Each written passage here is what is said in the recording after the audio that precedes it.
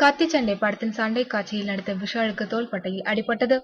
எனினும் அதனை பொருட்படுத்தாமல் அவர் தொடர்ந்து நடித்து வருகிறார். மருதுவை தொடர்ந்து விஷால் தற்போது சுராஜ் இயக்கத்தில் கத்தி சண்டை படத்தில் நடித்து வருகின்றார். இதில் விஷாலுடன் இணைந்து தமன்னா, வடிவேலு, சூரி, ஜெகபதி பாபு ஆகியோர் முக்கிய வேடங்களில் நடித்து வருகின்றனர். இந்த படத்தின் படப்பிடிப்பு தற்போது விறுவிறுப்பாக நடைபெற்று வருகிறது. இந்நிலையில் இப்படத்தின் சண்டை காட்சி ஒன்றை படமாக்கிய போது விஷாலின் தோள்பட்டையில் அவருக்கு அடிபட்டது. இதனைத் தொடர்ந்து அருகில் இருந்த மருத்துவமனையில் விஷாலுக்கு முதல் உதவி அளிக்கப்பட்டது.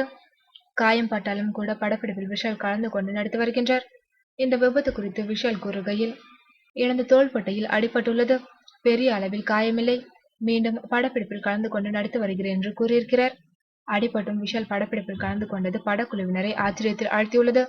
மற்றொரு புறம் விஷாலின் மருது திரைப்படம் ராயுடு என்ற பெயரில் இன்று தெலுங்கு மொழியிலும் வெளியாகியிருக்கிறது. 500க்கும் மேற்பட்ட திரையரங்குகளில் வெளியான ராயுடுவுக்கு தெலுங்கிலும் நல்ல வரவேற்பு கிடைத்து வருவது குறிப்பிடத்தக்கது.